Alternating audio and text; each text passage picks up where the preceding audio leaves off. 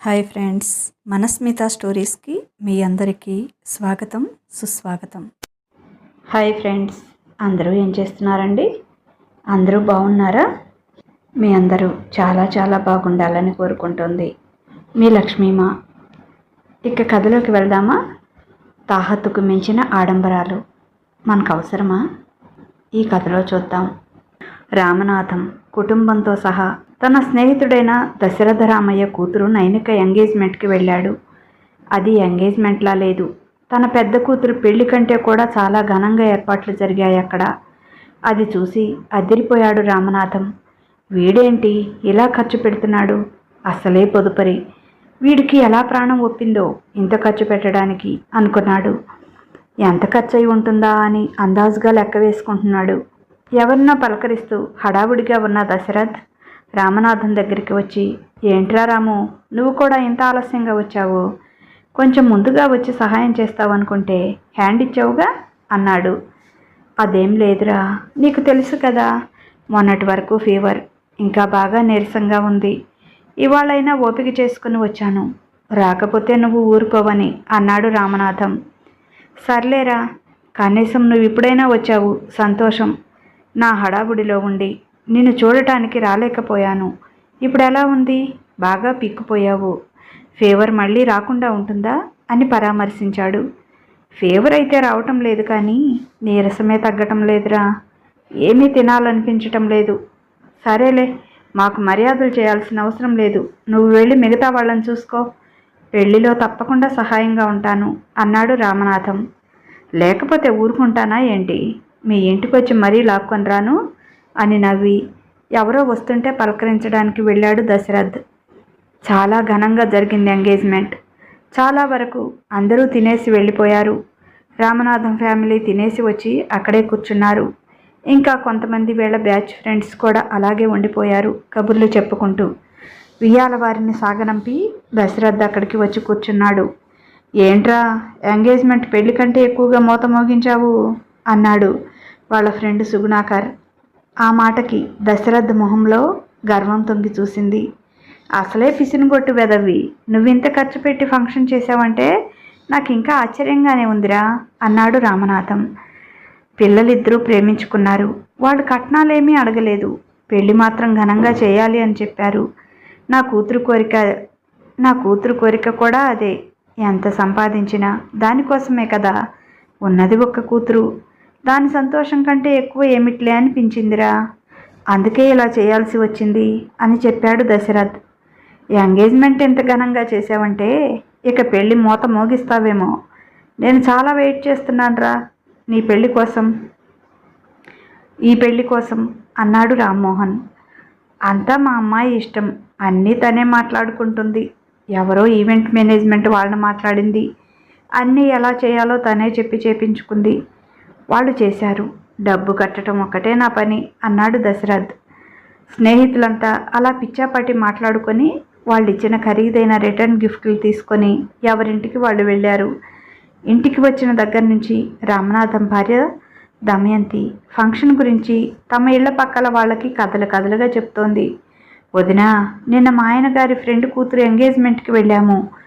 అసలు ఎలా చేశారని అని అక్కడ జరిగిన విశేషాలన్నీ చెబుతుంటే వాళ్ళు కూడా ఇంకా గొప్పలకి పోయి తాము అంతకుముందు వెళ్ళిన ఇలాంటి గొప్ప ఫంక్షన్స్ గురించి చెప్తున్నారు. మేమేం తక్కువ కాదు అన్నట్లు.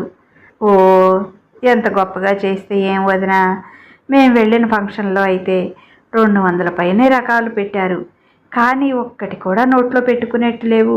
ఏంటేంటో వింత వింత వంటకాలు. మా పిల్లలైతే ఆ చైనీస్ ఫుడ్ అది తిన్నారు, కానీ నా వల్ల మాత్రం కాలేదు వదినా. ఏదో మొహమాటానికి అలా నంచి ఇంటికి వచ్చి 2 దోశలు పోసుకొని ఆవకాయ గుజ్జు వేసుకొని తిన్నాక కానీ కడుపులో సదాగలేదు. కమ్మగా ఇదివరకు పులిహోర, సగ్గుబియ్యం పాయసం, ముద్దపప్పు, ఆవకాయ, కొబ్బరి కారం, బంగాళదుంప ఇగురు, వంకాయ కూర, సాంబారు, అప్పడం, పెరుగుతో భోజనం పెడితే అంత కమ్మగా ఉండేది. కడుపు నిండా తినేవాళ్ళం. తెల్లవారి టిఫిన్ తినాలన్నా కడుపు నిండుగా ఉండేది. అలాంటిది ఈ వింత వింత తిండ్లేంటో కంటికే కానీ నోటికి రుచించవు. వాళ్ళు గొప్పలకు పోయి ఎన్ని లక్షలు ఎన్ని కోట్లు తగలబోసి చేస్తే ఏముంటుంది? వచ్చిన వాళ్ళు కడుపు నిండా తినకుండా వెళితే ఫలితం ఏముంటుంది అని తను వెళ్ళిన ఫంక్షన్ గురించి చెప్పింది. నిజంగానే వదినా, రాత్రి మా పరిస్థితి కూడా అదే. ఏంటేంటో పెట్టారు, ఒకటి తినాలనిపించలేదు. ఇంటికి వచ్చి ఒక గిద్దెడు బియ్యం ఉడకేసి పెరుగు వేసుకొని తలా ఒక ముద్ద తిన్నాక కానీ కడుపులో హాయిగా లేదు అని అంది దమయంతి. అవునబ్బా, ఈ మధ్య మరీ వికారాలు ఎక్కువైపోతున్నాయి. చైనీస్ అంట, జపనీస్ అంట, కొంపతీసి ఏ కప్పలో పాములో పెడతారని భయం వేస్తుంది తినాలంటే. మన తెలుగులో ఎన్ని రకాల పిండి వంటలున్నాయి.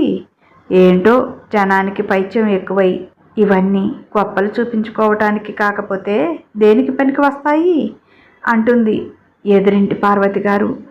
వరండాలో కూర్చొని వాళ్ళ మాటలు వింటూ నవ్వుకున్నారు రామనాథం, అతని చిన్న కూతురు వైదేహి.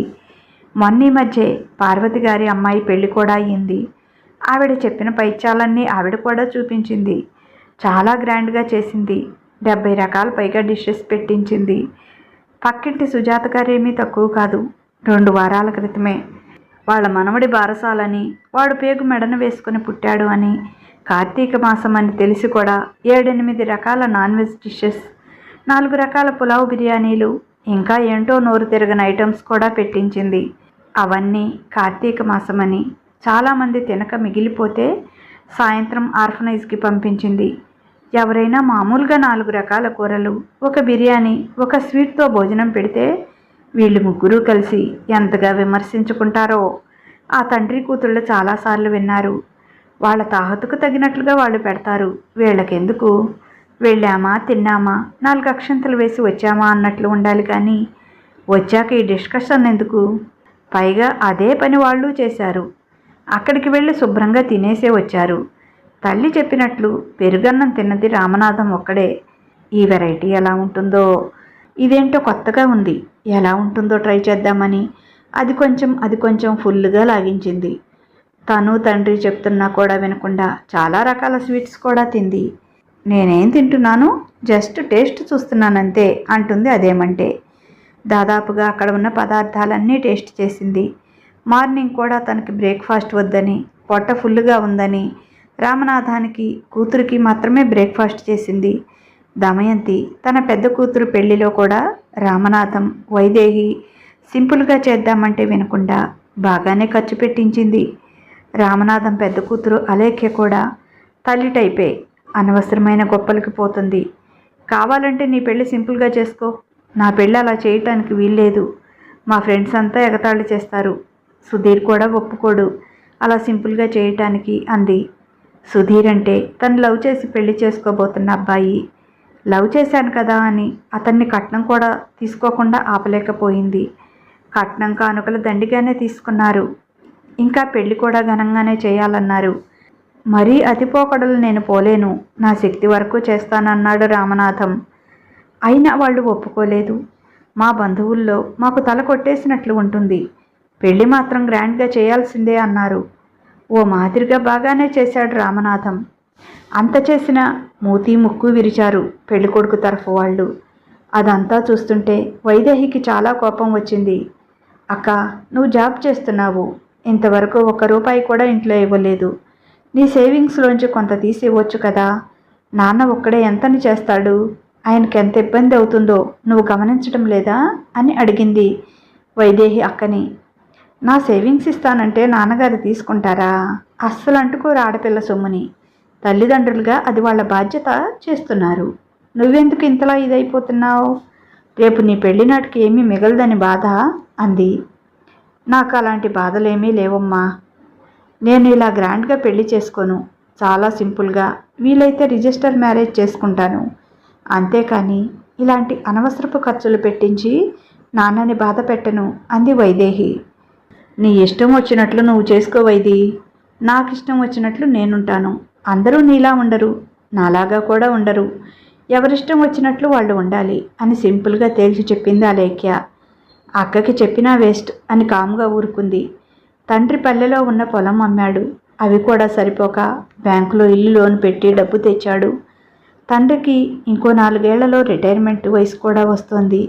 ఈ అప్పు అంతా ఎలా తీరుస్తాడు అని దిగులు పెట్టుకుంది వైదేహికి. అలేఖ్యకి మాత్రం అలాంటిదేమీ లేదు. ఇంకా అలా చేయాలి, ఇలా చేయాలి, అది కావాలి, ఇది కావాలి అని మంకు పట్టి పట్టి మరీ చేపించుకుంది. పెళ్ళైన దగ్గర నుంచి కూడా అలేఖ్య ఖర్చులు నాన్నకి తప్పటం లేదు. పండగలంటుంది, వచ్చి 4 రోజులు ఉండి అల్లుడు గారికి ఏమైనా ఇవ్వండి నాన్న, మా అత్తగారు అది వాళ్ళ రివాజ్ అని చెప్పారు అంటుంది. అలా అని తను ఊరుకోదు. తనకి కూడా బట్టలని నగలని పెట్టించుకుంటుంది. ఈ మధ్య అలేఖ్యకి బాబు పుట్టాడు. డెలివరీ ఖర్చులకి అలేఖ్య జాబ్ చేస్తుంది కనుక ఇన్సూరెన్స్ వచ్చినా కూడా అవి తను తీసుకొని హాస్పిటల్ ఖర్చంతా రామనాథం మీదే వేసింది. మళ్ళీ బారసాల ఘనంగా చేయాలి అన్నారు వాళ్ళ అత్తగారు వాళ్ళు. పిల్లవాడికి చైన్, మురుగులు, ఉంగరాలు చేపించాలి అన్నారు. మళ్ళీ వాడిని తీసుకువెళ్ళేటప్పుడు సారె పెట్టాలి అని ఇంటిల్లిపాదికి ఖరీదైన బట్టలు తెప్పించారు. అలేఖ్య పురిటి ఖర్చు, బారసాల ఖర్చు, సారె ఖర్చు తడిసి మోపెడయ్యింది. కానీ ఆ ఖర్చంతా వైదేహి పెట్టుకుంది. వైదేహి కూడా ఇప్పుడు జాబ్ చేస్తుంది. తనకి వచ్చిన శాలరీని చాలా జాగ్రత్తగా ఖర్చు పెట్టుకొని మిగతా డబ్బుతో ఇంటి మీద తాకట్టు తండ్రికి తెలియకుండా నెల నెలా కడుతోంది.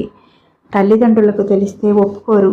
ఆడపిల్లవి, నీ సొమ్ము మేము ఎలా తింటామంటారు. అక్క పురిటి ఖర్చు కోసం లోన్ తీసుకుంది. నా దగ్గర ఉన్నాయిలే నాన్న, మీరు ఇబ్బంది పడకండి, వాళ్ళని వీళ్ళని అడగకండి అని డబ్బు తెచ్చి తండ్రి చేతిలో పెట్టింది. రామనాథన్ చిన్న కూతుర్ని చూసి మనసులో మురిసిపోయాడు. నువ్వు మగపిల్లవాడిగా ఎందుకు పుట్టలేదమ్మా అన్నాడు. ఏం నాన్న, మగపిల్లాడికి ఏమైనా కొమ్ములు ఉన్నాయా? వాళ్ళు పుట్టినట్లే కదా మేము పుట్టాము. మీ బాధ్యతని పంచుకోవాల్సిన బాధ్యత మాకు ఉంది కదా. మీరెప్పుడూ అలా అనుకోకండి నాన్న. నేను కూతుర్ని, నా దగ్గర మీరు డబ్బు తీసుకోకూడదు అనుకుంటే నేను మీ కొడుకుని అనుకోండి. నన్ను వేరు చేసి మాట్లాడకండి నాన్న అంది కళ్ళనీళ్లు పెట్టుకుంటూ. పెద్ద కూతురికి ఇలాంటి బాధ్యత తెలిసిన మనసు ఎందుకు లేదు అని అనుకున్నాడు. ఇన్సూరెన్స్ వచ్చిన హాస్పిటల్లో తనతో డబ్బులు కట్టించినందుకు ఆయనకు కూడా మనసు చివుక్కుమంది. ఒకవేళ తను ఇన్సూరెన్స్ వాడి ఉన్నా తను ఏదో ఒక విధంగా ఆ డబ్బుని కూతురికే ఇచ్చేవాడు. కానీ అలా చేస్తే తన మనసుకు తృప్తిగా ఉండేది. కూతురు తనతో డబ్బు కట్టించడం ఆయనకెందుకో బాధ అనిపించింది. బాబు మొదటి పుట్టినరోజు వస్తుంది, దానికేం ఫిట్టింగ్ పెడుతుందో మళ్ళీ అనుకున్నాడు. ఇక వైదేహికి కూడా సంబంధాలు చూడాలి. తను కూడా 2 సంవత్సరాల నుంచి జాబ్ చేస్తుంది. ఇక తన దగ్గర డబ్బు కూడా లేదు. వాలంటరీ రిటైర్మెంట్ తీసుకుంటే పోతుంది. వచ్చే పిఎఫ్తో పెళ్లి చేయొచ్చు. లేకపోతే ఈ రోజుల్లో పెళ్లి ఖర్చులంటే మాటలు కాదు అనుకున్నాడు. అనుకోవటమే తడవు. పెళ్ళిళ్ళ శాస్త్రికి ఫోన్ చేసి భార్యకి కూతురికి ఆ విషయం చెప్పాడు. నాన్న, నేనిప్పుడే పెళ్లి చేసుకోదలుచుకోలేదు, ఇంకా కొంతకాలం ఆగాలి అనుకుంటున్నాను అని చెప్పింది వైదేహి. అదేంటమ్మా, ఎందుకలాగా? జాబ్ కూడా వచ్చింది, ఇంకా ఏంటి, ఎందుకు వద్దంటున్నావు? మనం ఇప్పుడు మొదలు పెడితేనే మనకి తగిన సంబంధం కుదిరేటప్పటికి చాలా కాలం పడుతుంది. చూడగానే కుదరవు కదా అన్నాడు రామనాథం. లేదు నాన్న, ప్లీజ్, నేను ఇప్పుడే పెళ్లి చేసుకోవాలనుకోవడం లేదు. ఇంకొక 2 ఇయర్స్ ఆగి చేసుకుంటాను అని చెప్పింది. ఏంటే, కొంపతీసి ఎవరినైనా ప్రేమించావా ఏంటి? పెళ్ళి వద్దు అంటున్నావు అంది దమయంతి. అమ్మా, అలాంటిదేమీ లేదు, నువ్వు పిచ్చి పిచ్చి ఆలోచనలు పెట్టుకోకు అని చెప్పింది వైదేహి. నీకు కూడా అదే మాట చెబుతున్నాను. ప్రేమించానని కులం గోత్రం లేని ఏ తలక మాసిన వాడినో చేసుకుంటానంటే మాత్రం ఒప్పుకునేది లేదమ్మాయి. మీ అక్క ప్రేమించిందంటే మన కులం, మనకంటే పై స్థాయిలో ఉన్నారు వాళ్ళు కనుక అతనికి ఇచ్చి చేశాం. అంతేకాని ఎవడిని పడితే వాళ్ళని ప్రేమించానని తెస్తే మాత్రం ఒప్పుకోము అని చెప్పింది దమయంతి. అమ్మ ప్లీజ్, పిచ్చి మాటలాపు. నేను ఎవరిని ప్రేమించలేదని చెప్తున్నాను కదా. నాకు ఇప్పుడు పెళ్లి చేసుకోవటం ఇష్టం లేదు, అంతే. నా జాబ్లో ఇంకా హయ్యర్ పొజిషన్కి వెళ్ళాలి.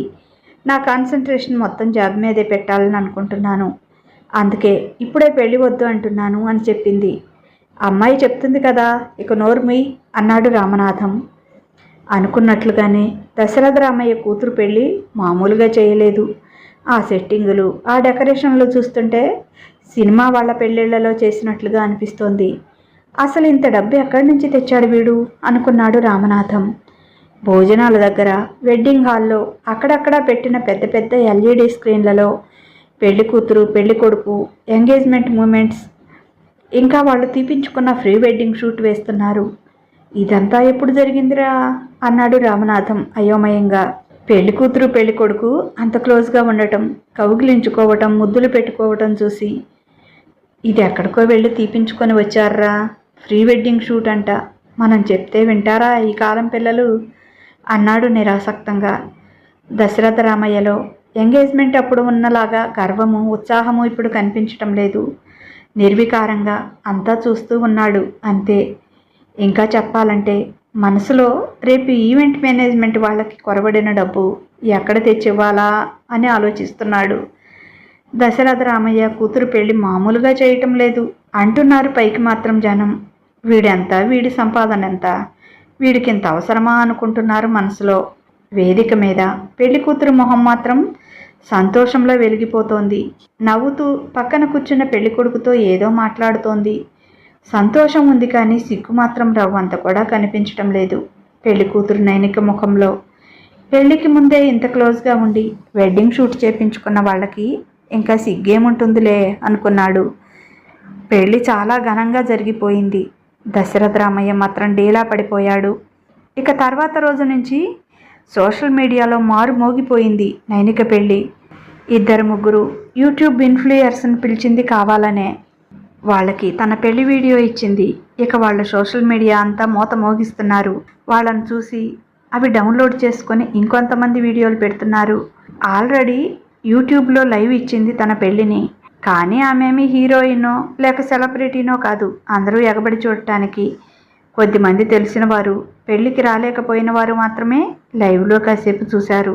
అందుకే సోషల్ మీడియా ఇన్ఫ్లుయర్స్ని పిలిచి వాళ్ళకి వీడియో ఇచ్చింది. తన పెళ్లిని అందరూ గొప్పగా చెప్పుకోవాలని నైనిక కోరిక. 4 రోజులు అలాగే చెప్పుకున్నారు. ఆ తర్వాత మర్చిపోయారు జనమంతా. ఇక వైదేహి విషయానికి వస్తే 2 సంవత్సరాలన్నది 3 ఏళ్లు గడిపింది. ఈలోగా తండ్రి అప్పులు మొత్తం తీర్చింది. తండ్రిని బ్యాంకుకు తీసుకువెళ్ళి ఆయనతో సైన్ చేపించి ఇంటి పత్రాలు విడిపిస్తుంటే ఆయన ఆశ్చర్యపోయాడు. ఈ బాకీ అంతా ఎప్పుడు తీరింది? నేను రూపాయి కూడా కట్టలేదు కదా. నాకు వచ్చిన శాలరీ అంతా ఇంటి ఖర్చుకి, మా మందులకి సరిపోతుంది. ఇది ఎప్పుడు తెచ్చావమ్మా? అయినా నీ డబ్బు దాచిపెట్టుకోకుండా ఇలా ఖర్చు పెట్టడం ఏంటి అన్నాడు మందలిస్తున్నట్లుగా. నాన్న, నేను నీ కూతుర్ని నాన్న. నా డబ్బు నేను తీసుకొని వెళ్తే రేపు మీరు ఎక్కడ ఉంటారు? నా తల్లిదండ్రుల బాధ్యత నాకు ఉంది. నా భర్తకి, నా అత్తింటి వారికి నా పెళ్ళి అయిన తర్వాత మాత్రమే నా శాలరీ మీద కొంతవరకు అధికారం ఉంటుంది. దాన్ని పూర్తిగా ఎప్పుడూ ఎవరికీ ఇవ్వను. ఎలా ఖర్చు పెట్టాలన్నా అది నా ఇష్ట ప్రకారం జరగాలి. మీరు కష్టపడి చదివిస్తేనే కదా నాన్న నాకు ఈ జాబు వచ్చింది. లేకపోతే ఈ సంపాదన ఎక్కడిది చెప్పండి? అలాంటిది మిమ్మల్ని అప్పుల్లో వదిలేసి మీకు ఇల్లు కూడా లేకుండా చేసి నన్ను పెళ్లి చేసుకోమంటారా? అందుకే ఇప్పటి వరకు ఆగాను. ఇక పెళ్లి చేసుకుంటాను నాన్న. అది కూడా మీరు ఒక షరతుకి ఒప్పుకుంటేనే అంది. ఏంటి తల్లి అది అన్నాడు రామనాథం. నా పెళ్లి తర్వాత కూడా నేను నెల మీకు ఖర్చులకు డబ్బులు పంపిస్తాను. మీరు అవి తీసుకుంటాను అంటేనే నేను పెళ్లి చేసుకుంటాను. లేకపోతే లైఫ్ లాంగ్ మీ దగ్గరే ఉండిపోతాను అని చెప్పింది.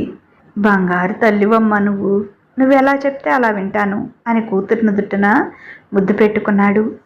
తండ్రి 2-3 సంబంధాలు చూశాడు. వాళ్ళ బిహేవియర్ నచ్చలేదు వైదేహికి. వట్టి డబ్బు మనుషుల్లా ఉన్నారు నాన్న.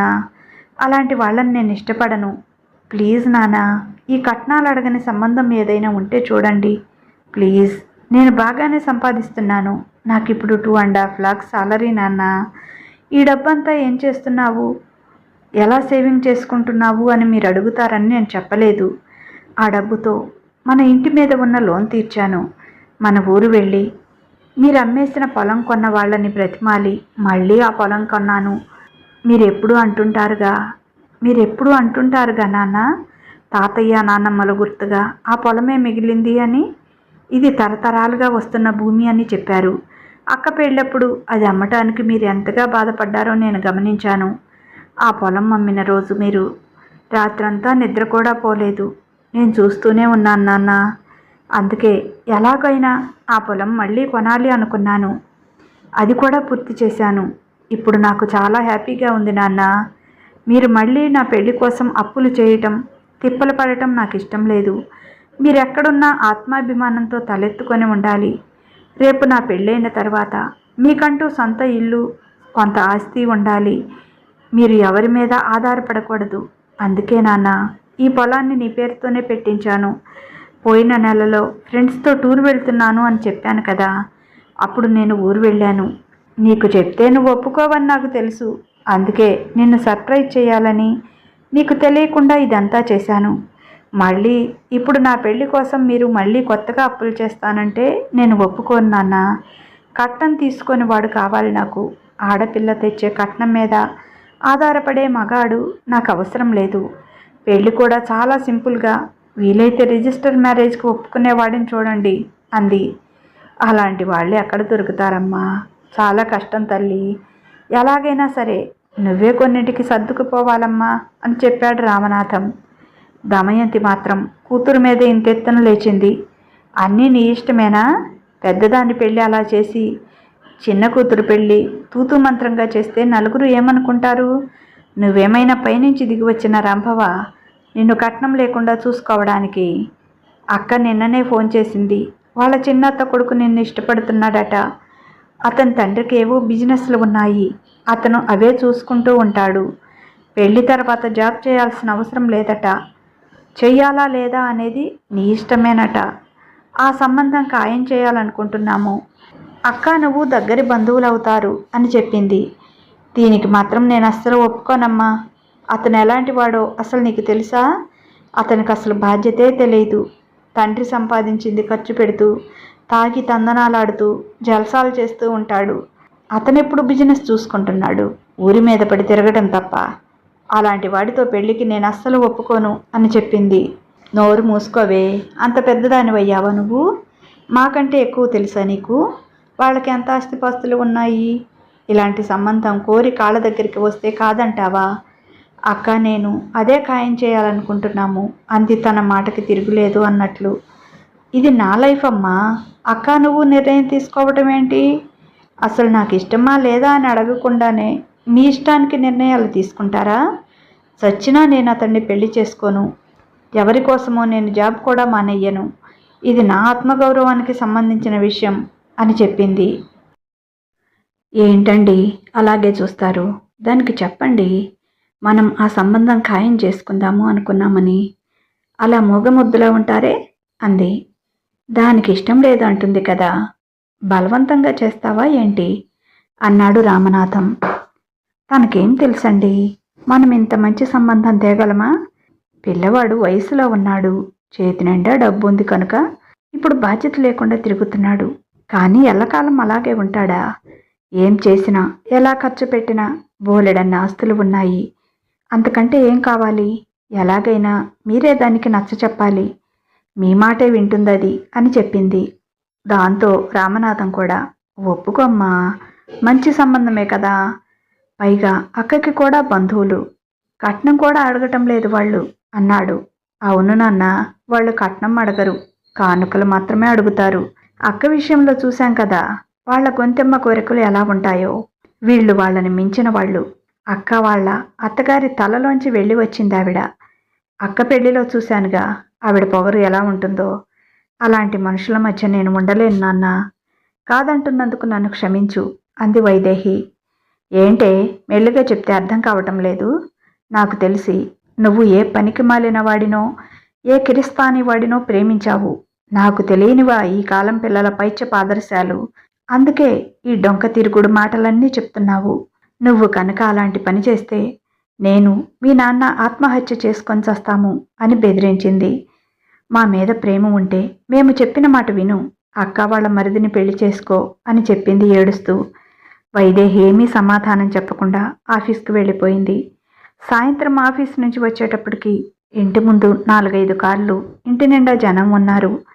ఇది అక్క వాళ్ళ కారు కదా, మరి మిగతావి ఎవరివి అనుకుంటూ లోపలికి వచ్చింది. అలేఖ్య వచ్చి చెల్లెల్ని లోపలికి తీసుకువెళ్ళింది.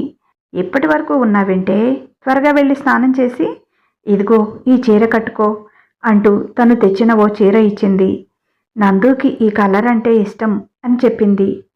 అంటే ఈ చీర అతనే కొనిచ్చాడా అంది వైదేహి అనుమానంగా చూస్తూ. అవునే, అతనికి నీ మీద పిచ్చి ప్రేమ, అంతా నీ అదృష్టం అనుకోకుండా కోటీశ్వర్ల ఇంటికి కోడలవుతున్నావు. నీ అదృష్టం పుచ్చిపోయిందే అని చెప్పి సంబరపడుతోంది అలేఖ్య. విసుగ్గా అక్కవైపు చూసి, ఏంటక్క ఇది, చెప్పా పెట్టకుండా ఈ గొడవంతా అంది. చెప్పకపోవటమేంటే, అమ్మ రమ్మంటేనే కదా వచ్చింది అంది అలేఖ్య. కోపంగా తల్లివైపు చూసింది. చూసిన వరకు చాలే, వెళ్ళి స్నానం చేసి వచ్చి రెడీ అవ్వు అంది దమయంతి. వైష్ణవి విసుక్కుంటూ బాత్రూంలోకి వెళ్ళి స్నానం చేసి తను రోజు మామూలుగా వేసుకునే డ్రెస్ వేసుకుంది. ఎలాంటి అలంకారాలు కానీ మేకప్ కానీ చేసుకోలేదు. ఇంట్లో ఉంటే ఎలా ఉంటుందో అలాగే ఉంటుంది. అయినా కూడా అందంగానే ఉంది వైదేహి. ఎవరూ పిలవకుండానే తీసుకెళ్లకుండానే తనంతట తానే వెళ్ళి వాళ్ళ మధ్య కూర్చుంది. నందు మాత్రం కళ్ళతోనే తినేసేటట్లు చూస్తున్నాడు. చిరాగ్గా చూసింది అతని వైపు. విచ్చలవిడిగా తాగటం, తినటం, వ్యాయామం లేకపోవటం వల్ల ఈ వయసుకే అతనికి బొర్ర పొడుచుకొని వచ్చింది. మనిషి కూడా చాలా లావుగా, ముందంతా బట్టతల, నల్లగా, పొట్టిగా, అంకుల్లా ఉన్నాడు. దానికి తోడు న్యూట్రెంట్ అనుకుంటా ఒంటికి అతుక్కుపోయినట్లున్న బొమ్మల షర్ట్, అదే డిజైన్లో ఉన్న ప్యాంటు వేశాడు. దానితో అతని పొట్ట కొండలా ముందుకు పొడుచుకొని వచ్చింది. మెడలో గేదెలకు వేసేట్టు ఇంతలా పలుపు తాడులా ఉన్న గోల్డ్ చైన్, దానికి పెద్ద పులిగోరు, దాదాపు అన్ని వేళ్లకి ఉంగరాలు, ఒక చేతికి ఇంతలా కడియం, రెండో చేతికి అతని సైజుకి తగినట్లు ఉన్న వాచ్. వింత ఆకారంలో ఉన్నాడు. అతని ఫిజిక్కి, అతని డ్రెస్కి ఆ చైన్, కడియానికి ఏమాత్రం సెట్ కాలేదు. మరీ వింత జీవిలా అనిపిస్తున్నాడు.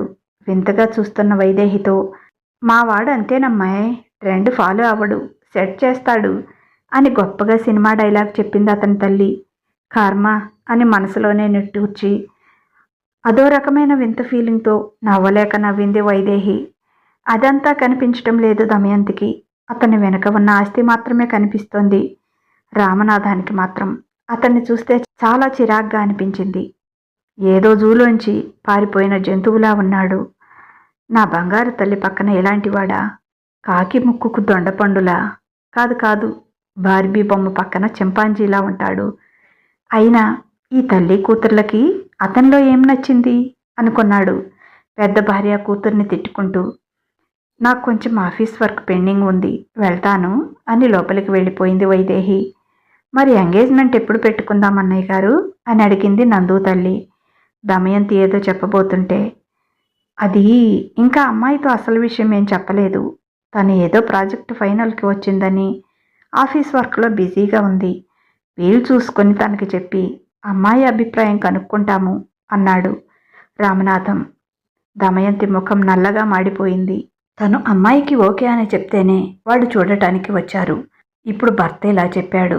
తన పరువు ఏం కావాలి, వియ్యపురాలు ఏమనుకుంటుంది అని సతమతమైపోతూ, అది తను బిజీగా ఉంటుంది వదిన, మా మాట కాదనదులే అని నేను మిమ్మల్ని రమ్మన్నాను అని నసుగుతోంది. చూశారుగా, ఇప్పుడు కూడా 5 నిమిషాలు కూర్చొని వర్క్ ఉందని వెళ్ళిపోయింది. అర్ధరాత్రి వరకు అలా చేస్తూనే ఉంటుంది. లేచి హడావుడిగా ఆఫీస్కి వెళ్తుంది. చెప్పటానికి కుదరలేదు. ప్రాజెక్ట్ వర్క్ అయిపోగానే చెప్తాము. ఇప్పుడు ఈ టెన్షన్ కూడా తీసుకోవటం ఎందుకు అని చెప్పలేదమ్మా. పెళ్లి విషయంలో నేను పూర్తిగా అమ్మాయిల అభిప్రాయానికి విలువ ఇస్తాము. మా పెద్దమ్మాయి కూడా అంతే కదా. మీ అబ్బాయిని ప్రేమించిందంటే వెంటనే ఒప్పుకుంటే తనకిచ్చి చేశాం. చిన్నమ్మాయి విషయమైనా అంతే, మాదేమీ లేదు.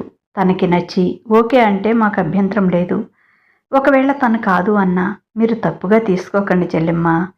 ఈ కాలం అమ్మాయిలు మన కాలంలోలాగా ఎక్కడ పెద్దవాళ్ల మాటకి తల వంచుతున్నారు అన్నాడు రామనాథం పెద్ద కూతురు వైపు చూస్తూ. కేవలం ఆస్తి ఉందని పెద్ద కూతురు అతన్ని లవ్ చేసింది. రామనాథం, మనం వాళ్ళ గొప్పలకి తోగలేము, కష్టమవుతుందమ్మా, ఇంకొక సంబంధం చూసుకుందాము అన్నా కూడా అలేఖ్య వినలేదు. నేను అతన్ని ప్రేమించాను, అతన్నే పెళ్లి చేసుకుంటాను, లేకపోతే ఇలాగే ఉండిపోతానని పట్టుపట్టింది. ఇప్పుడు చెల్లెల విషయంలో తన మాటే నెగ్గాలని, తన ఇష్ట ప్రకారం జరిపించాలని కోరుకుంటుంది. ఇదెక్కడి న్యాయం అనుకున్నాడు రామనాథం. అయ్యో, అదేంటన్నయ్య అలా అంటారు? దమయంతి వదిన అమ్మాయి ఓకే చెప్పింది, రమ్మంటేనే మేము వచ్చాము. మా అబ్బాయికి చాలా పెద్ద పెద్ద సంబంధాలే వస్తున్నాయి. ఏదో వాడు ఇష్టపడ్డాడని వచ్చాం, కానీ మాకేమీ పిల్లనిచ్చేవాళ్ళు లేక గతిలేక రాలేదు అంది. అసలే పెడసరం మనిషి అయినా అలేఖ్య చిన్నత్త. అంతే కదా అలేఖ్య, నువ్వు కూడా అలా ఎందుకు చెప్పావు? అత్తయ్య వాళ్ళు ఫీల్ అవ్వరా అంది అలేఖ్య అత్త సీరియస్గా, తల్లి వైపు కోపంగా చూస్తూ. సారీ అత్తమ్మ, నాకు తెలియదు, అమ్మ చెప్పిన మాట చెప్పాను అని తప్పించుకుంది అలేఖ్య. దమయంతి ఏదో చెప్తున్నా వినకుండా వాళ్ళు అక్కడి నుంచి లేచి వెళ్ళిపోయారు. దమయంతికి భర్త మీద కూతురు మీద విపరీతమైన కోపం వచ్చింది. కోరి అంత పెద్ద సంబంధం వస్తే మోకాళ్ళు అడ్డు పెడతారా? వాళ్ళ ముందు నా పరువు తీస్తారా? అదంటే సరే, నీకేం వచ్చింది అంటూ భర్త మీద ఎంత ఎత్తున లేచింది. ఏంటే తెగవాగుతున్నావు? అమ్మాయి చెప్పిందిగా ఈ పెళ్లి తనకిష్టం లేదు అని. ఎన్నిసార్లు చెప్పింది? నీ ఇష్టానికి నువ్వు వాళ్ళకి చెప్పేస్తావా? ఈరోజు ఇంతదాకా తెచ్చి నీ పరువు నువ్వే తీసుకున్నావు. నీకిలా జరగాల్సిందే అన్నాడు రామనాథం. నేనేమైనా దాని శత్రువునా? ఎంత పెద్ద సంబంధం, ఎంత ఆస్తి! వాళ్ళంతటా వాళ్ళు కట్నం వద్దు, మీ అమ్మాయిని చేసుకుంటామని వచ్చారు. మనం కలలో అయినా ఊహించగలమా ఇంత పెద్ద ఇంటికి అమ్మాయిని కోడలిగా పంపటం? ఏదో మన అదృష్టం బాగుండి మంచి సంబంధం వచ్చిందనుకుంటే తండ్రి కూతురు కలిసి దాన్ని ఇలా చెడగొట్టారు. ఇప్పుడు మీ కళ్ళు చల్లబడ్డాయా అంది దమయంతి. అంతోటి సంబంధం నా కూతురికి అవసరం లేదులే. వాడి ఆస్తి నా కూతురి కాలిగోటికి సరిపోదు. వాడి అవతారం, వాడి అలవాట్లు, జూలోంచి తప్పించుకు వచ్చిన చింపాంజీలా ఉన్నాడు. నా కూతురు పక్కన నిలబట్టానికి కూడా సరిపోడు. వాడికి నా కూతురు కావలసి వచ్చిందా అని వేసుకున్నాడు రామనాథం. ఎలాగో చావండి, మీ విషయం నాకు అస్సలు తెలీదు. ఇక నేను దాని విషయాల్లో అసలు పట్టించుకోను. దానికి మీరు ఎంత మంచి సంబంధాలు తెస్తారో నేను చూస్తానుగా ఈ కళ్ళతో. ఇంతకంటే గొప్ప సంబంధం తెస్తారేమో చూస్తాను అంది. అంత డబ్బున్నవాడిని తేలేనేమో కానీ నా కూతురికి తగిన వాడిని, బాధ్యత తెలిసిన వాడిని తెస్తాను. నా కూతురు గురించి నువ్వేం బాధపడకు అన్నాడు రామనాథం. అంతా వింటూ కూడా ఏమీ మాట్లాడలేదు వైదేహి. మొత్తానికి వాళ్ళు వెళ్ళిపోయినందుకు సంతోషపడింది. దమయంతి అన్నమాట మీద ఉండలేదు. వారం రోజులకే ఇలాంటిదే మరొక సంబంధం తీసుకొచ్చింది. ఈ పిల్లవాడు బాగానే ఉన్నాడు, నా స్నేహితురాలు చెప్పింది మంచి సంబంధమని, పైగా ఆస్తిపాస్తులు కూడా బాగానే ఉన్నాయి అంటూ ఫోటో బయోడేటా తెచ్చిపెట్టింది. వైదేహి సరేనంది. 4 రోజులకి మంచి రోజని వాళ్ళని పెళ్లి చూపులకు పిలిచింది దమయంతి. మనిషి చూడటానికి బాగానే ఉన్నాడు. అతని శాలరీ కూడా 1,00,000 రూపాయలే. వైదేహి కంటే చాలా తక్కువ శాలరీ. అతనితో మాట్లాడిన 5 నిమిషాల్లో వైదేహి తెలుసుకున్న విషయం, అతనికి చేసే పని మీద లక్ష్యం లేదు. వెనక పొలాలు ఆస్తులు ఉన్నాయని అహంభావం ఎక్కువ. ఏదో టైంపాస్కి, ఇంకా చెప్పాలంటే జాబ్ లేకపోతే పిల్లనివ్వమంటున్నారని ఆ జాబ్ చేస్తున్నాడు. పెళ్ళైతే జాబ్ చేస్తాడని నమ్మకం లేదు అని అర్థమైంది వైదేహికి.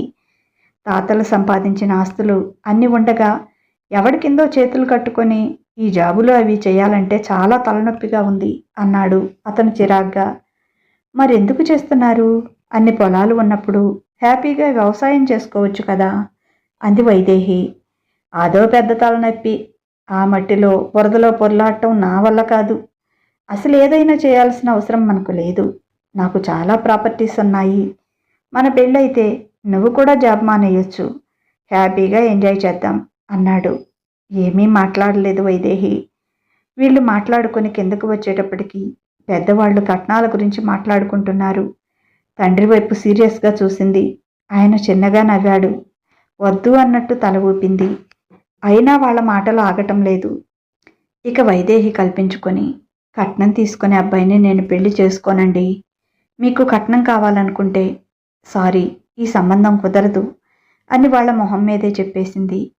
వాళ్ళు ఓ నిమిషం స్టన్ అయిపోయారు. అబ్బాయి తల్లి కొంచెం నోటి దురుసులా ఉంది. నువ్వేమైనా పైనుంచి దిగి వచ్చావా కట్నం లేకుండా చేసుకోవడానికి? మాకు ఎన్ని ఆస్తులు ఉన్నాయో తెలుసా అంది. మీకెంత ఆస్తులు ఉన్నా అవి మీ అబ్బాయి సంపాదించినవి కాదు. మీ అబ్బాయి గారు పెళ్ళైతే జాబ్ మానేసి కూర్చొని ఎంజాయ్ చేస్తారట. అప్పుడు మీ ఆస్తులు ఎన్నేళ్లు ఉంటాయో నమ్మకం లేదు. నేను కష్టపడి బాధ్యతగా ఉండే వ్యక్తిని ఇష్టపడతాను. అంతేకాని 4 ఫాదర్స్ సంపాదించిన ఆస్తుల మీద బ్రతికే వాళ్ళ మీద నాకు మంచి అభిప్రాయం లేదు. దయచేసి మీరు వెళ్ళండి అంది. ఇంత పొగరుగా మాట్లాడుతున్నావు, నీకు అసలు పెళ్ళవుతుందా అందామె పొగరుగా. కాకపోయినా పెద్ద నష్టమేమీ లేదు. కాకపోయినా పెద్ద నష్టమేమీ లేదు. చేతకాని వాడిని చేసుకునే కంటే ఇలా ఉండటమే బెటర్ కదా. మీ అబ్బాయి కంటే 3 రెట్లు ఎక్కువ సంపాదిస్తున్నాను నేను. ఎవరి ముందు ఎవరి కింద తలవంచాల్సిన అవసరం నాకు లేదు అని అంతకంటే పొగరుగా చెప్పింది వైదేహి. వైదేహి అలా మాట్లాడుతుంటే దమయంతికి కోపం వస్తుంది. రామనాథానికి కూడా విసుగ్గా ఉంది. ఇలా అయితే ఈ పిల్లకి పెళ్లి కావటం కష్టమే. అయినా పెద్దవాళ్ళం మాట్లాడుతున్నాం కదా, తనెందుకు మధ్యలో అనుకున్నాడు. కానీ కూతుర్ని ఏమీ అనలేదు, ఆమె నొచ్చుకుంటుందని. మీరు అలాగే ఉండండి, మీరు అలాగే ఉండండి. ఇలా ఇంకా పెంకిగా తయారవుతుంది. ఈ జన్మలో దానికి మనం పెళ్లి చేయలేము అని దమయంతి విసురుగా వంటగదిలోకి వెళ్ళిపోయింది. సారీ నాన్నగారు, అతని బిహేవియర్, బాధ్యత లేనితనం నాకు నచ్చలేదు. నాకు ఆస్తులు లేకపోయినా పర్వాలేదు. బాధ్యతగా ప్రేమగా ఉండే అతను కావాలి. సారీ నాన్న, మధ్యలో కల్పించుకున్నందుకు. మీరు కట్నాలు అవి ఇవి అని చాలా మాటలు మాట్లాడేసుకుంటున్నారు. ఎక్కడ మీరు ఓకే అంటారో అని నేను తొందరపడి మాట్లాడేశాను. సారీ నాన్నగారు అంది మళ్ళీ.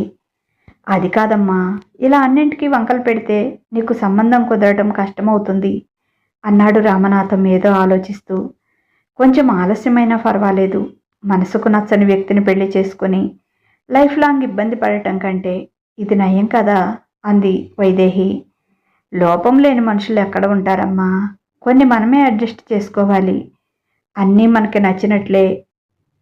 మనకి నచ్చినట్లే కావాలంటే కుదరదు అన్నాడు. నాకు పెద్దగా కోరికలేమీ లేవు నాన్నగారు. నావి చిన్న కోరికలు. రాబోయే వ్యక్తి బాధ్యతగా ప్రేమగా ఉండాలి. తన తల్లిదండ్రులతో పాటు నా తల్లిదండ్రులను కూడా అర్థం చేసుకొని ప్రేమించగలిగిన మనసు ఉంటే చాలు. నాకంటే తక్కువ శాలరీ అయినా, ఆస్తులేమీ లేకపోయినా నాకు అభ్యంతరం లేదు అని చెప్పింది. పిచ్చి తల్లి, మా గురించి ఆలోచిస్తున్నావా? అలాంటి వాళ్ళు ఎక్కడా దొరకరమ్మా. నీకు పెళ్ళయ్యి పిల్లా పాపలతో సంతోషంగా ఉంటే మేము ఎక్కడ ఉన్నా ఎలా ఉన్నా బాగానే ఉంటాంరా. మాకు కావాల్సింది అది. కానీ రేపొచ్చే అల్లుడు మమ్మల్ని చూసుకోడా అనే ఆలోచన నాకు అస్సలు లేదు. అసలు అలాంటి ఆలోచన మంచిది కాదు నా దృష్టిలో. నీ కాపురంలో లేనిపోని కలతలు వస్తాయి దీనివల్ల. ఈసారి నేను అన్నీ ఆలోచించి మంచి సంబంధం తీసుకొస్తాను. నాన్న మాటకి విలువిచ్చి ఆ సంబంధం ఓకే చెప్పాలి అన్నాడు రామనాథం. వైదేహి ఏమీ మాట్లాడలేదు. నిజంగానే ఆమె ఆలోచన అంతా తల్లిదండ్రుల గురించే. వాళ్ళకి సహాయం చేయడానికి ఇష్టపడని వ్యక్తి వస్తే వాళ్ళ గతి ఏంటి? ఇద్దరం ఆడపిల్లలమే. అక్క ఎలాగూ పట్టించుకోదు, కనీసం తనైనా పట్టించుకోవాలి కదా అనుకుంది. 4 రోజుల తర్వాత వైదేహి తనతో పాటు ఒక అబ్బాయిని ఇంటికి తీసుకువచ్చింది. ఎవరు అతను అంది దమయంతి మొక్కం చిట్లించుకొని. తండ్రిని కూడా పిలిచి, ఇతను నా కోలిగ్గమ్మా, నా ఆఫీస్లోనే జాబ్ చేస్తున్నారు, నా సుపీరియర్ అని పరిచయం చేసింది. రామనాథం రాబాబు కూర్చో అని చెప్పాడు. ఇద్దరూ కాసేపు మాట్లాడుకున్నారు. అతని మాట తీరు పద్ధతి బాగా నచ్చింది రామనాథానికి. వైదేహి ఫ్రెష్ అవ్వడానికి రూమ్లోకి వెళ్ళింది. దమయంతి టీ పెట్టడానికి కిచెన్లోకి వెళ్ళింది. వైదు అని కూతుర్ని పిలిచి, ఈ స్నాక్స్ తీసుకువెళ్ళివు, టీ తీసుకుని వస్తాను అని చెప్పింది. ముందు రోజు చేసిన జంతికలు సున్నుండలు ప్లేట్లలో పెడుతూ, అబ్బాయి చూడటానికి బాగున్నాడు. నీ సుపీరియర్ అంటే నీకంటే ఎక్కువ జీతం ఉంటుందా అంది. ఉంటుందమ్మా, నెలకు 4 లక్షల వరకు వస్తాయి అని చెప్పింది వైదేహి. తల్లి కళ్ళల్లో కనపడిన మెరుపు చూసి నవ్వుకుంది. ఇంతకీ మన కులమేనా అంది. అసలు ఇంపార్టెంట్ అదే అన్నట్లుగా. అవును అన్నట్లు తల ఊపింది. వైదేహి ఇలాంటివి పట్టించుకోదు, కానీ తల్లి తండ్రికి ఆ పట్టింపులు ఎక్కువ. అందుకే అతనేమనుకున్నా మొహమాటం లేకుండా అతన్ని ఆ విషయం అడిగి తెలుసుకుంది. ఆస్తులు బాగానే ఉన్నాయా అంటుంటే, ముందు టీ తీసుకొని రా అమ్మా, అన్ని విషయాలు చెప్తాను అంది. ఇన్నాళ్ల నుంచి మాకు అబద్ధం చెప్పావా? నేనెవరిని ప్రేమించటం లేదని? నాకు తెలుసులే, నేనప్పుడే అనుకున్నా అంది దమయంతి. ఏం తెలుసు నీకు? నేను అతన్ని లవ్ చేయలేదు. అతను జస్ట్ నా కోలిగ్ అంతే అని స్నాక్స్ తీసుకుని వెళ్ళింది. వాళ్ళిద్దరికీ ఇచ్చింది. మీరు కూడా తీసుకోండి అంటూ వైదేహికి షేర్ చేశాడు. పర్లేదు, నేను తర్వాత తీసుకుంటాను అంటున్నా వినకుండా ఒక సున్నుండ ఆమె తీసుకునే వరకు ఊరుకోలేదు. రామనాథం నవ్వాడు. అతని పంచుకునే మనస్తత్వం ఆయనకి నచ్చింది. కాసేపటికి టీ తీసుకొని దమయంతి వచ్చింది. అందరూ టీ తాగారు. అమ్మా, నాన్న, మీకు ఓ విషయం చెప్పాలని ప్రకాష్ గారిని ఇంటికి రమ్మన్నాను. ప్రకాష్ గారు నా కోలీగ్. 2 సంవత్సరాలుగా ఇద్దరం అదే ఆఫీస్లో వర్క్ చేస్తున్నాం. మేమిద్దరం మంచి ఫ్రెండ్స్మి. ప్రకాష్ గారు తన ఇంట్లో విషయాలు కూడా షేర్ చేసుకుంటూ ఉంటారు అప్పుడప్పుడు. 4 రోజుల క్రితం ప్రకాష్ గారు సడన్గా, వైదేహి గారు, నా మీద మీ ఒపీనియన్ ఏంటి అని అడిగారు. ఇంతవరకు అతని వర్క్ మీద కానీ అతని బిహేవియర్ మీద కానీ రిమార్కు లేదు. You are a gentlemen and good person అని చెప్పాను. మీరెవరినైనా లవ్ చేశారా అని అడిగారు. లేదు అని చెప్పాను. మనం పెళ్లి చేసుకుందామా? 2 ఇయర్స్ బ్యాక్ నుంచి మిమ్మల్ని చూస్తున్నాను. మీ బిహేవియర్, మీ హ్యాబిట్స్, మీ మంచి మనసు నాకు చాలా నచ్చింది. నా మీద మీకు అటువంటి ఒపీనియన్ ఏమైనా ఉందా? బలవంతం లేదు, ఆలోచించుకొని మీ ఒపీనియన్ చెప్పండి అని అడిగారు. నేను మొదటిగా అడిగిన మాట మీ క్యాస్ట్ ఏమిటి అని. మీ ఇద్దరికీ అది ముఖ్యం కనుక మన క్యాస్టే అని చెప్పారు అని చెప్పింది. మా అమ్మా నాన్నలు ఒప్పుకుంటే నాకు ఎలాంటి అభ్యంతరం లేదు. ఓసారి నాతో పాటు మా ఇంటికి వస్తారా అని అడిగింది అని చెప్పాడు ప్రకాష్ మధ్యలో అందుకొని. రామనాథానికి, దమయంతికి గర్వంగా అనిపించింది ఆ మాట వింటే. ఇంకొక విషయం, మీరు అడిగినా అడగకపోయినా చెప్పటం నా ధర్మం. నాకు పెద్దగా ఆస్తులైతే ఏమీ లేవు. మా ఊర్లో అమ్మా నాన్న కోసం కట్టించిన ఇల్లు, 5 ఎకరాల పొలం ఉంది. వాళ్ళు ఉన్నంతకాలం వాళ్ళు ఎవరి ముందు చేతులు చాచకుండా వాళ్ళ ఖర్చుల కోసం అది. ఇక హైదరాబాద్లో ఓ 3 బెడ్రూమ్ ఫ్లాట్ తీసుకున్నాను. ఇంకా ఈఎంఐలు కట్టాలనుకోండి. అది మాత్రమే నాకున్న ఆస్తి. ముందు ముందు ఇంకా సంపాదించగలను. నా తల్లిదండ్రుల్ని, నా భార్య బిడ్డల్ని నా కష్టంతో హ్యాపీగా చూసుకోగలను అని నమ్మకమైతే ఉంది. వాళ్ళనే కాదు, మిమ్మల్ని కూడా మా అమ్మా నాన్నతో సమానంగా చూసుకునే మనసు నాకు ఉంది. అది వైదేహి గారి కోరిక. ఓ ఫ్రెండ్గా నాతో చాలాసార్లు చెప్పింది ఈ మాట. మీరంటే ఆమెకి చాలా ఇష్టం. మీరు కూడా నన్ను నమ్మితే, నేను మీ అమ్మాయికి తగిన వాడిని అనుకుంటే ఈ పెళ్లికి ఒప్పుకోండి. లేకపోయినా ఇబ్బంది ఏమీ లేదు. మేమిద్దరం ఇప్పటిరా ఎప్పటికీ ఫ్రెండ్స్లానే ఉంటాం అని చెప్పి, సరే అంకుల్, ఆంటీ, నేను వెళ్ళొస్తాను అని లేచి వెళ్ళిపోయాడు. అతని మాటలు దమయంతి మనసుకు తాకాయి. ఇతను కనుక అల్లుడైతే తమకి కొడుకు లేని లోటు ఉండదు అనుకుంది. కానీ ఆస్తి ఏమీ లేదుగా. అలాంటి వాడిని చేసుకుంటే అందరూ నవ్వుతారేమో అనేది ఆమె దిగులు. దమయంతి ఎప్పుడూ పక్కవాళ్ల గురించే ఎక్కువగా ఆలోచిస్తూ ఉంటుంది. వాళ్ళేమనుకుంటారో వీళ్ళేమనుకుంటారో అని. రామనాథం గారికి మాత్రం రెండో ఆలోచన లేదు. ప్రకాష్ మనస్తత్వం, అతని మాట తీరు చాలా బాగా నచ్చింది ఆయనకి. తన కూతురు ఎలాంటి వాడు కావాలనుకుంటుందో అచ్చంగా అలాగే ఉన్నాడతను అనుకున్నాడు. వైదు తల్లి, నీ అభిప్రాయం ఏంటమ్మా అన్నాడు. అతనికి చెప్పిందే మీకు కూడా చెబుతున్నాను నాన్న. అతనిలో ఎలాంటి లోపం లేదు. He is a perfect gentlemen. కాదనటానికి కారణమేమీ కనబడలేదు. అది కూడా మీరు ఒప్పుకుంటేనే. మీరు వద్దంటే మనం ఎప్పట్లా ఫ్రెండ్స్గానే ఉందామని రేపు మార్నింగ్ అతనికి చెప్పేస్తాను అంది చాలా మామూలుగా. కానీ కూతురు కళ్ళల్లో అతని మీద ఇష్టాన్ని చూశాడు రామనాథం. ఏంటి దమయంతి, నువ్వేమంటావు? నీకేమనిపించింది అతన్ని చూస్తుంటే అని అడిగాడు. అబ్బాయి బాగున్నాడు. అతని పద్ధతులు, మాట తీరు కూడా బాగున్నాయి. కానీ ఆస్తి ఏమీ లేదు, అదే లోటు అంది దమయంతి. ఇప్పుడు వాళ్ళ అమ్మా నాన్నకి ఉన్న ఆస్తి ఆయనదేనమ్మా. తనకిప్పుడు నెలకి 4 లక్షలు వస్తుంది. నాకు 2.5 లక్ష పైనే వస్తోంది. ప్రతి సంవత్సరం శాలరీస్ పెరుగుతూనే ఉంటాయి. పెద్దవాళ్ళు సంపాదించి ఇవ్వకపోతే మాకు మేము సంపాదించుకోలేమా అమ్మా అంది వైదేహి. అసలు నీకు అతనిలో ఏం నచ్చింది తల్లి అన్నాడు రామనాథం. అతని మనసు నచ్చింది నాన్న. అచ్చంగా నేను కోరుకున్నట్లుగా ఉంది. వాళ్ళకి ఎక్కువగా పొలాలు లేవట. 3 ఎకరాలు ఉంటే వాళ్ళ అమ్మా నాన్న 2 ఎకరాలు అమ్మి ప్రకాష్ గారిని, ఆయన చెల్లిని చదివించారట. వాళ్ళ కష్టానికి తగినట్లు ఇద్దరూ బాగా చదువుకొని మంచి జాబ్స్ సంపాదించుకున్నారు. వాళ్ళ అమ్మా నాన్నగారు కవులకి పొలం తీసుకొని వేస్తే దానిలో చాలా నష్టాలు కూడా వచ్చాయట. ఆ టైంలో వాళ్ళ మేనత్త వెంటనే పెళ్లి చేయాలి అందట. వాళ్ళ చెల్లికి మేనత్త కొడుకుతో పెళ్లి జరిగింది. ఆ పెళ్లి కోసం ఉన్న ఇల్లు కూడా అమ్మేశారట. ఆ ఎకరం పొలం ఇచ్చి ప్రకాష్ కూడా లోన్ తీసుకొని ఆ పెళ్లి చేశాడట. తర్వాత ప్రకాష్ గారు కష్టపడి ఆ అప్పులన్నీ తీర్చి వాళ్ళ అమ్మా నాన్న కోసం స్థలం కొని అక్కడే అన్ని వసతులతో ఓ ఇల్లు కూడా కట్టించారట. తర్వాత చిన్నగా ఓ 5 ఎకరాల పొలం కూడా కొని వాళ్ళ నాన్నగారికి ఇచ్చారు. అది కౌలుకిచ్చి వచ్చిన డబ్బుతో మీరు హాయిగా కూర్చొని తినండి అని చెప్పారట. ప్రకాష్ గారు డబ్బు పంపిస్తే వాళ్ళు తీసుకోవటానికి అభిమాన పడుతున్నారని అలా చేశానని చెప్పారు అప్పట్లో. కానీ వాళ్ళు పొలం కౌలుకి ఇచ్చిన డబ్బుని బ్యాంకులో వేసి వాళ్ళిద్దరూ మాత్రం రోజు పనులకు వెళ్ళి ఆ డబ్బుతో కాలం గడుపుతారట. చేసినన్నాళ్ళు చేశారు, కష్టపడ్డారు. ఇప్పుడెందుకు ఇంకా మీకు ఈ కష్టం?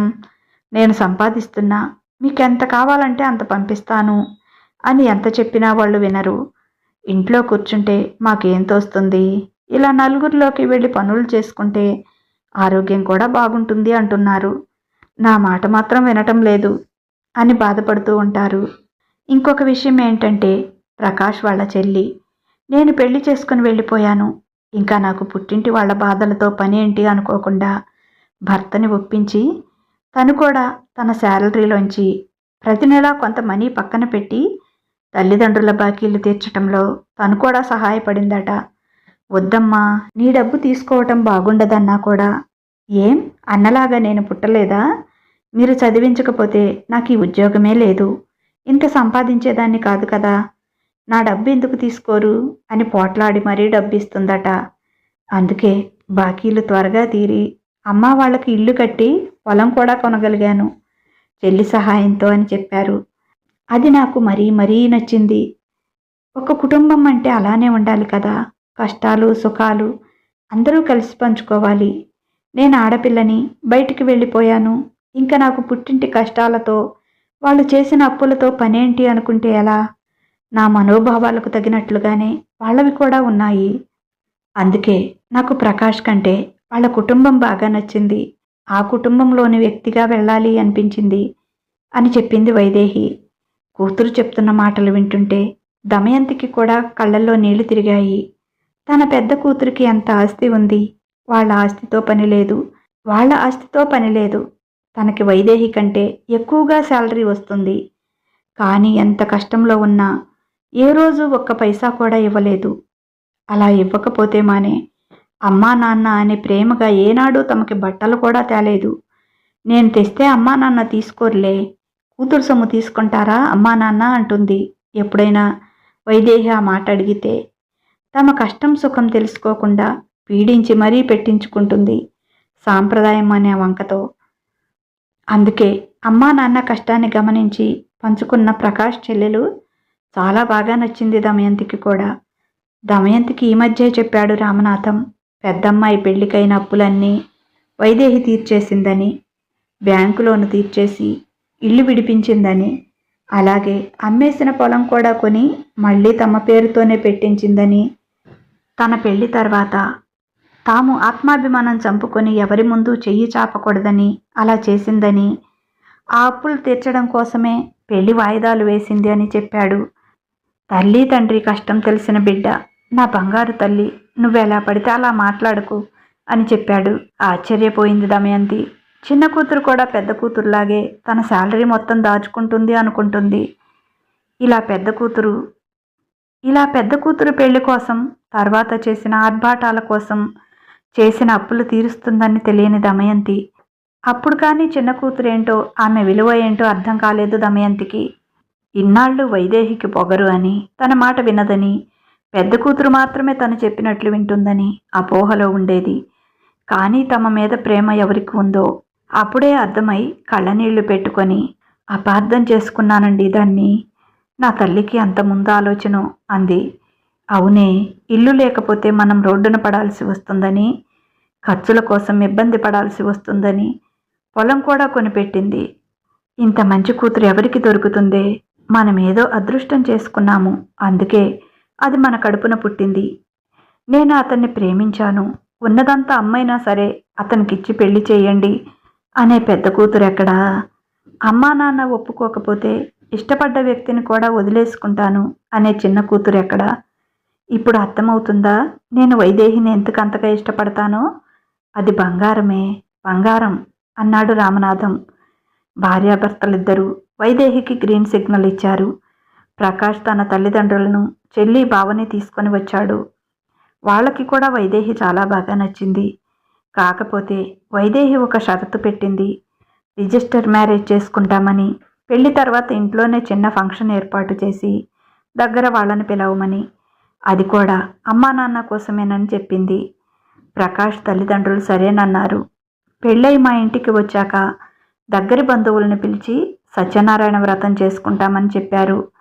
దమయంతి మాత్రం అస్సలు ఒప్పుకోలేదు. ముందు అంతా ఏమనుకుంటారు, నవ్విపోరా, కనీసం కూతురికి పెళ్లి కూడా చేయలేకపోయారు అని ఎన్ని మాటలు అంటారు. అలా వీల్లేదు, సింపుల్గానే చేసుకుందాం అంది. అక్క పెళ్లి కూడా సింపుల్గానే అని మొదలుపెట్టామమ్మా. చివరికి ఏమైంది? నాన్న ఎన్ని అప్పుల్లో మునిగిపోయాడు. ఆడంబరాలకు పోయి అన్ని అప్పులు చేయడం అవసరమా? ఫంక్షన్కి వస్తారు, వెళ్తారు. వెళ్ళిన దగ్గర నుంచి తక్కువగా చేస్తే తక్కువగా చేశారని, ఎక్కువగా చేస్తే గొప్పలకు పోయారని 4 రోజులు మాట్లాడుకుంటారు. ఆ తర్వాత మర్చిపోతారు. నువ్వు కూడా అంతే కదా. ఎంత గొప్పగా చేసినా ఏదో ఒక పేర్లు పెడుతూనే ఉంటారు కదా మీ ఫ్రెండ్స్ అంతా కలిసి. మరి అంత గొప్పగా చేసినా విలువ ఏముంది చెప్పు? నాకు ప్రకాష్తో పెళ్లి ముఖ్యం. అది ఎలా జరిగింది అనేది కాదు. ఎంత ఖర్చు పెట్టాము, ఎంత గొప్పగా చేశాము అనేది అసలు కాదు. మేమిద్దరం ఎప్పుడో నిర్ణయించుకున్నాం. ఎందుకంటే మా ఇళ్లల్లో జరిగిన ముందు పెళ్ళిళ్ళ వల్ల ఇద్దరం ఇబ్బందులు పడిన వాళ్ళమే. అందుకే సింపుల్గా రిజిస్టర్ మ్యారేజ్ చేసుకోవాలి అనుకున్నాము అని తేల్చి చెప్పింది వైదేహి. అటు కుటుంబ సభ్యులు, ఇటు కుటుంబ సభ్యులు వెళ్ళి రిజిస్టర్ మ్యారేజ్ చేసుకుని వచ్చారు. ఆ రోజు సాయంత్రమే చక్కని తెలుగు వంటకాలతో రామనాథం ఇంటి డాబా పైన ఫ్రెండ్స్కి, దగ్గరి బంధువులకి చిన్న ఫంక్షన్ ఏర్పాటు చేశారు. వాళ్ళకి పెళ్ళయింది అని తెలియచెప్పటానికి అది సరిపోతుంది అనుకుంది వైదేహి. అలేఖ్య వాళ్ళ అత్తగారు పెదవి విరిచారు. ఇదేంటి మీ అమ్మ వాళ్ళు ఇలా చేస్తున్నారు, గతిలేని వాళ్ళలా అంది ఆవిడ. మా చెల్లి ఇలాగే చేయమని పట్టుపట్టింది అత్తయ్య. అందుకే అమ్మా నాన్న ఏం చేయలేక ఇలా చేశారు అని చెప్పుకుంది అలేఖ్య. తర్వాత రోజు ప్రకాష్ ఇంటి దగ్గర వాళ్ళ దగ్గర బంధువులను పిలుచుకొని సత్యనారాయణ వ్రతం చేసుకొని భోజనాలు పెట్టుకున్నారు. ప్రకాష్ కొన్న అపార్ట్మెంట్ పనులు పూర్తి కావడంతో భార్యాభర్తలిద్దరూ సింపుల్గా గృహప్రవేశం చేశారు. కూతుర్ని, అల్లుణ్ణి చూస్తే కడుపు నిండిపోయింది రామనాథానికి. ఓ రోజు హఠాత్తుగా సుగుణాకర్ నుంచి ఫోన్ వచ్చింది. అర్జెంటుగా అపోలో హాస్పిటల్కి రా, దశరథ్ హాస్పిటల్లో ఉన్నాడు అని చెప్పాడు. ఆటో తీసుకొని అక్కడికి వెళ్ళాడు రామనాథం. చిక్కి శల్యమై ఉన్నాడు దశరథ్. ఈ మధ్య అతన్ని చూసి చాలా కాలమైంది. ఇల్లమ్మేశాడు, ఎక్కడికో వెళ్ళిపోయాడు అని చెప్పారు. ఫోన్ నెంబర్ కూడా మార్చేశాడు. వైదేహి రిసెప్షన్కి పిలుద్దామన్నా అసలు ఎక్కడ ఉన్నాడో కూడా తెలియలేదు. ఏంట్రా ఇలా అయిపోయావు? ఎలా ఉండేవాడివి దర్జాగా? ఈ చినిగిన బట్టలేంటి, నీ అవతారం ఏంటి అని కన్నీళ్లు పెట్టుకున్నారు ఫ్రెండ్స్. రోడ్డు మీద ఏదో ఆలోచనలో వెళ్తూ ఉంటే ఆటో గుద్దిందట. దెబ్బలు తగిలాయి, కాకపోతే అదృష్టం ఏమీ విరగలేదు అన్నాడు దశరథ్. అసలేంట్రా ఇలా అయిపోయావు? ఏమైపోయావు నువ్వు? ఫోన్ లేదు, మనిషి జాడ లేదు, ఎందుకు మాయమైపోయావు అన్నాడు. అది సరేరా, వైదేహి పెళ్లి జరిగిందటగా. నేను మీ గురించి అన్ని విషయాలు తెలుసుకుంటూనే ఉన్నాలే అన్నాడు. అవునరా, నీలా గొప్పగా చేయలేదులే నేను. పట్టుబట్టి రిజిస్టర్ మ్యారేజ్ చేసుకుంది. ఇంట్లోనే దగ్గరి బంధువుల్ని, స్నేహితుల్ని పిలిచి చిన్న ఫంక్షన్ ఏర్పాటు చేశాను అని చెప్పాడు. దేవతరా నీ కూతురు, రోజు ఆ పాదాలు కడిగి నెత్తిన నీళ్లు చల్లుకో అన్నాడు. అదేంట్రా, అది నా కూతురు, దానికి పాపం తగులుతుంది అన్నాడు. దేవతలకు అలా చేస్తే పాపం తగలదులేరా. నా కూతురు ఉంది, ఎందుకు తగలెట్టనా? ఒక్క కూతురని ఎంతో ప్రేమగా పెంచితే ఒక్క పెళ్ళే కదా నాన్న, నేను బాగా చేయమంటున్నాను అంటూ నన్ను పూర్తిగా అప్పులమయం చేసింది. ఉన్నదంతా అమ్ముకున్నాను, అయినా చాలలేదు. అప్పులు ఎలా కట్టాలో తెలియక మొహం చాటేసి ఎక్కడెక్కడో చాటుగా బ్రతుకుతున్నాను. దానికోసమే కదా అప్పు చేశాను అని ఒక్క రూపాయి కూడా కట్టలేదు తను. సరే అయితే అయ్యింది అనుకున్నా. అదేమైనా బాగుందా అంటే సంవత్సరం తిరగకుండానే ఇద్దరు గొడవలు పెట్టుకొని విడాకులు తీసుకున్నారు. అలా విడాకులు తీసుకోవటానికా ఇంత ఘనంగా పెళ్లి చేసుకుంది? పైగా సోషల్ మీడియాలో పెట్టించి దేశమంతా తెలిసేట్లు చేసింది. మా పెళ్లి గురించి అందరికీ తెలుసు. మేమిలా చేస్తే ఎలా అని అనుకోకుండా ఇద్దరూ విడిపోయారు. డబ్బులు అయిపోతున్నాయని నువ్వేడుస్తూ చేశావు పెళ్ళి, అందుకే నా పెళ్లి పెటాకులయ్యింది అందిరా. నెల తిరగకుండానే ఇంకొకడిని చేసుకొని నీ అప్పులకి నాకు ఏ సంబంధం లేదు అని చెప్పి అమెరికా వెళ్ళిపోయింది అని రామనాథాన్ని పట్టుకుని ఏడ్చాడు. ఊరుకోరా, ఇంత జరుగుతుంటే కనీసం మాకు ఫోన్ అయినా చేసి చెప్పొచ్చు కదా అన్నారందరూ. ఏం చెప్పనురా, నా దరిద్రాన్ని నేనే మోయలేక చస్తుంటే ఇంకా మీతో ఎక్కడ పంచుకునేది? మీ అందరికీ ఒకే మాట చెప్పాలని పిలిపించాను. ఎవరూ పిల్లల మాటలకి తానా అంటే తందానా అని దరివేస్తూ లేనిపోని ఆడంబరాలకి పోయి నాలా అప్పులు పాలు కావద్దు. వాళ్ళని వీళ్ళని చూసి వాళ్ళకంటే గొప్పగా చేసుకోవాలని వాళ్ళు అనుకుంటారు. మనమే పిల్లలకు నచ్చ చెప్పుకోవాలి. ఈ బుద్ధి నాకు లేకనే ఈ స్థితికి వచ్చాను. ఆ మాటే మీకు చెప్పాలని పిలిచాను. నన్ను రేపు డిశ్చార్జ్ చేస్తారట. మిమ్మల్ని ఎప్పటికైనా చూడగలనో లేదో అని మిమ్మల్ని అందరినీ పిలిపించాను. పిలవగానే వచ్చినందుకు థ్యాంక్స్ రా అన్నాడు. దశరథ్, నువ్వు అలా ఫీల్ కావద్దు. మేము మాకు తగిన సహాయం ఏదో ఒకటి చేస్తాము. ఇంతగా కుంగిపోవద్దు అని చెప్పారు. నా అప్పులు మహాసముద్రం రా. మీరు చేసే సహాయం దానిలో కాకిరెట్టలాంటిది. అవి తీరేవి కాదు. వచ్చే జన్మలోనైనా వాళ్ళ రుణం తీర్చగలనో లేదో అని బాధపడ్డాడు. ఇంతకీ చెల్లెమ్మేదిరా అన్నాడు రామనాథం. అది పుణ్యాత్మురాలురా. ఈ శోకమంతా పడకుండా అది ముందే పోయింది. పాపాత్ముణ్ణి నేనే మిగిలిపోయాను అన్నాడు. సరే, పిచ్చి పిచ్చి ఆలోచనలు పెట్టుకోకు. రేపు ఉదయం నేనొచ్చి నిన్ను తీసుకువెళ్తాను. మేమందరం కలిసి ఎంతో కొంత నీ అప్పులు తీరుస్తాము. ఇంతకంటే ఇవ్వలేము అని వాళ్ళ చేతులు పట్టుకొని చెప్తాం. నువ్వేమీ బాధపడకు, అసలు ఈ విషయం గురించి ఆలోచించకు అని చెప్పాడు రామనాథం. నవ్వి ఊరుకున్నాడు దశరథ్. నాతో ఖర్చు పెట్టించిన కూతురు ఒక్కరోజు కూడా ఈ మాట అనలేదురా. దాని దగ్గర అప్పు తీర్చగలిగిన తాహత్తు ఉండి కూడా ఏమీ తెలియనట్లు ఉంటుంది. ఏడవలేనివాడివి, అంత గొప్పగా నిన్ను పెళ్ళెవడు చేయమన్నాడు? ఊరంతా అప్పులు చేసి మరీ అని అప్పిచ్చిన వాళ్ళు నోటికొచ్చినట్లు అమ్మనాబూతులు తిడుతుంటే విని కూడా ఏమీ విననట్లు తనని కాదు అన్నట్లు అది అమెరికా వెళ్ళిపోయింది. అక్కడ బాగానే సంపాదిస్తోంది కదా, కొంతైనా అప్పు తీర్చమని పంపించలేదు. ఈ రోజు వరకు కనీసం ఫోన్ కూడా చేయడం లేదు. అలాంటి కూతుర్ని కనడానికి ఎంత పాపం చేసుకున్నానో, మీలాంటి స్నేహితులు ఉన్నందుకు ఎంత పుణ్యం చేసుకున్నానో. నా జన్మ ధన్యమైందిరా అని కన్నీళ్లు పెట్టుకున్నాడు దశరథ్. రాత్రి భార్యకు విషయం మొత్తం చెప్పాడు. దమయంతి కన్నీరు మున్నీరుగా ఏడ్చింది. అయ్యో, ఆడంబరాలకు పోయినందుకు అంత పెద్ద నష్టం జరిగిందా? ఆ రోజు అందరూ గొప్పగా అనుకున్నారు. ఆ తర్వాత కనీసం దాన్ని గుర్తు చేసుకున్న వాళ్ళు కూడా లేరు. అన్నయ్య గారు మాత్రం నాశనం అయిపోయారు. నా వైదేహి తల్లి ఎంత ముందు చూపు కలిగిందో. నేను చెప్పినట్లు గొప్పగా పెళ్లి చేస్తే మనం మళ్ళీ అప్పుల పాలయ్యేవాళ్ళం. మన స్థితి కూడా అలాగే అయ్యేదేమో అంది కన్నీళ్లు తుడుచుకుంటూ. పొద్దున్నే లేచి స్నానం చేసి టిఫిన్ పెట్టు దమయంతి. హాస్పిటల్కి వెళ్ళి దశరథ్ని తీసుకువస్తాను అని సోఫాలో కూర్చొని టీవీ ఆన్ చేశాడు. టీవీలో ఏదో బ్రేకింగ్ న్యూస్ వస్తోంది. కూతురు పెళ్లి కోసం అప్పుల పాలైన దశరథ్ అనే పెద్ద ఆయన యాక్సిడెంట్ అయి హాస్పిటల్లో చేరాడు. అప్పుల వాళ్ళందరూ వచ్చి ఒత్తిడి చేయటంతో రాత్రి హాస్పిటల్ టెర్రస్ పైకెక్కి అక్కడి నుంచి దూకి ఆత్మహత్య చేసుకున్నాడు అనేది ఆ వార్త సారాంశం. అప్పుడే ఇడ్లీ ప్లేట్తో అక్కడికి వచ్చిన దమయంతి చేతిలోంచి ప్లేట్ జారి కింద పడి ముక్కలయ్యింది దశరథ్ తలలానే. అందుకే ఆడంబరాలకు పోకండి, మనకు ఉన్న దానిలోనే సర్దుకుపోవటం అలవాటు చేసుకోండి. ఇప్పుడు పెళ్ళిళ్ళు, ఫంక్షన్లు మరీ విచ్చలవిడిగా తయారయ్యాయి.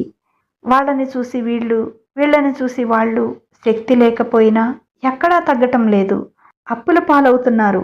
4 రోజులు గొప్పగా చెప్పుకునే దానికోసం ఇంత అతిగా చేయటం అవసరమా?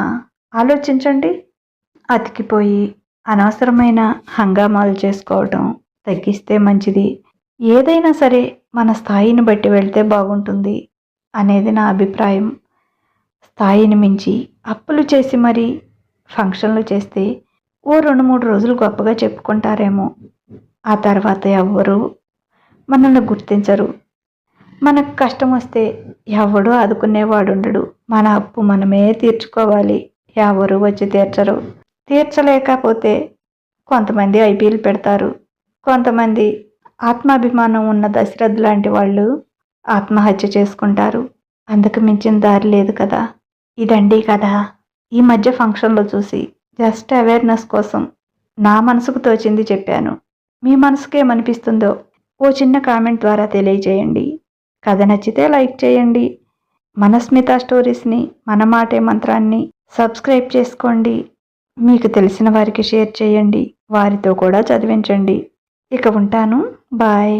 మీ లక్ష్మీ ఘంట.